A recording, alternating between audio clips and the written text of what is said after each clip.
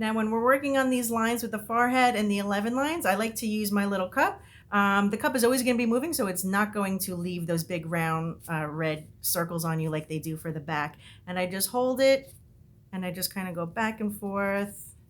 Now, there is suction with this, and sometimes even in the lines,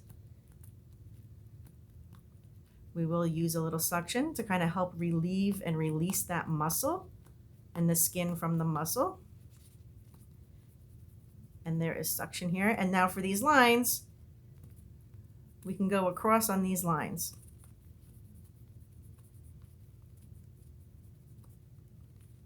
Just kind of hold the skin a little taut and just go back and forth with the cupping. And then right in these lines, we will also do this to help relieve a little bit of that skin from the muscle.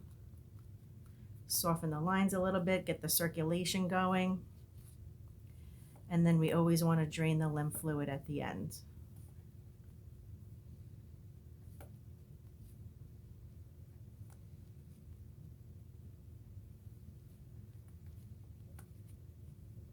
And this can give you also a really nice brow raising.